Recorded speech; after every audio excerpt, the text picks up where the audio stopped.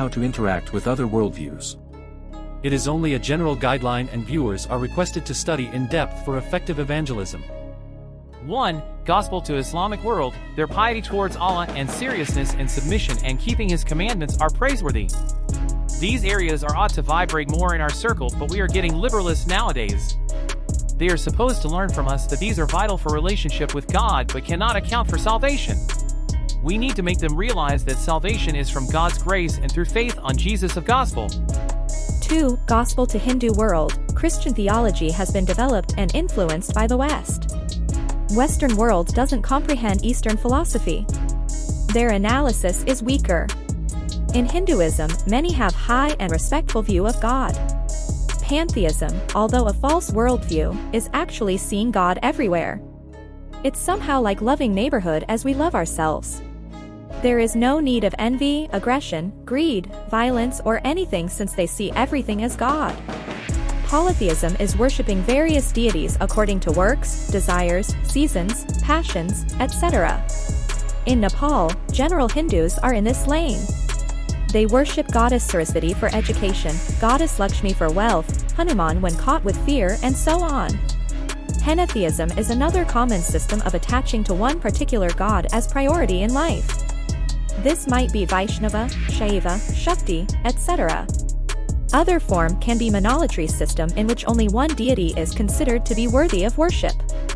Some do not have any passion of worshipping deities but prefer a hedonistic life. They can simply consider themselves as atheist Hindu or agnostic Hindu. Hence, we need to know which system of faith our relatives and friends are subscribing. We need to reach their state of heart to understand their thinking of life. Usually they are entangled with questions about life, death, moksha, survival, struggle, suffering and meaning of life. Read the Bhagavad Gita chapter 11, how Arjuna bows down to Krishna and expresses his apology for not knowing him correctly, and delights in his glorious form and trembles in his mighty power. Jesus is historical God-man person who emptied himself for our sake. Philippians 2 verses 5 to 11 says his name has been so uplifted that everybody shall bow down to him. How much high view we need to see Jesus as King, as God, as friend, as brother and as everlasting Father. How much delightful we should be in his presence in our life. How much we need to fear him because of his mightiness. If a Hindu has such an intimate relationship with Krishna whose existence is not taken as vital even in Hinduism itself, then how much worth is our personal level relationship with Jesus should be.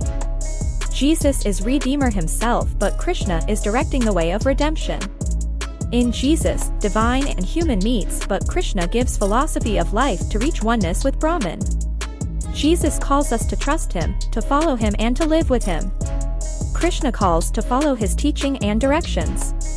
The true hope weighs more towards Jesus and Hindus need him. Many Hindus have seriousness towards sin or bad karma.